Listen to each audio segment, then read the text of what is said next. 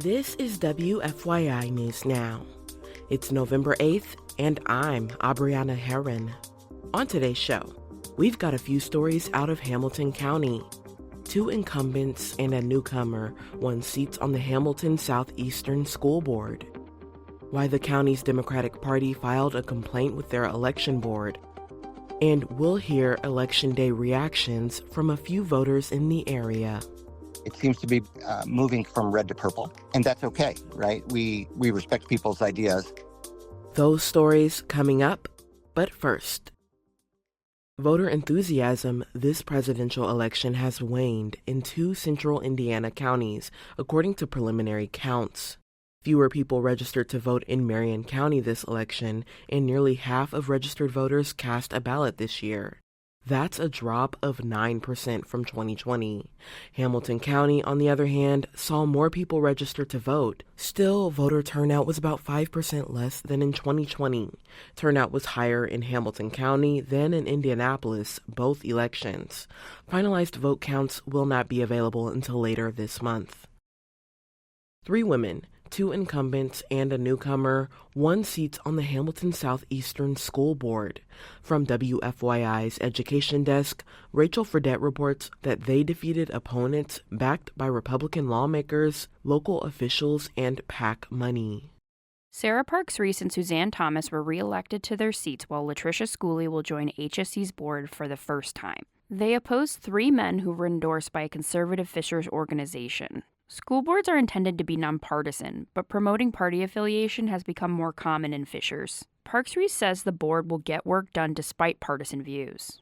Well, I think you have to put students first, and when you put students first, it doesn't matter what your party is. HSC's majority on the board remains conservative even with this upset. Incumbent Thomas, who is a Republican, joins 4 other members who identify that way on the board. I'm Rachel Fredette. The winners will begin their 4-year terms on the 7-member board in January. The Hamilton County Democratic Party filed a complaint with their county election board on Tuesday, stating several polling sites failed to open on time. Indiana state law requires all voting locations to open at 6 a.m. The complaint states 6 polling places opened late on Election Day due to technical issues with the electronic poll books, and voters had to wait to cast their ballots. Jocelyn Vare is the Hamilton County Democratic Party chair. She says the complaint was filed to urge the election board to investigate the cause of the technical issue. I want to be sure that we're doing everything we can to identify what the problem was and correct it in the future.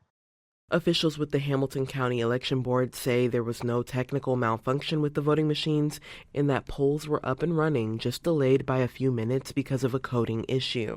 The complaint requests the election board examine the problem to prevent complications in future elections. And for our final story today.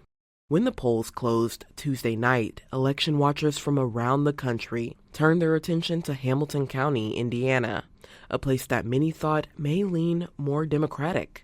Trump won the night with 51% of the vote.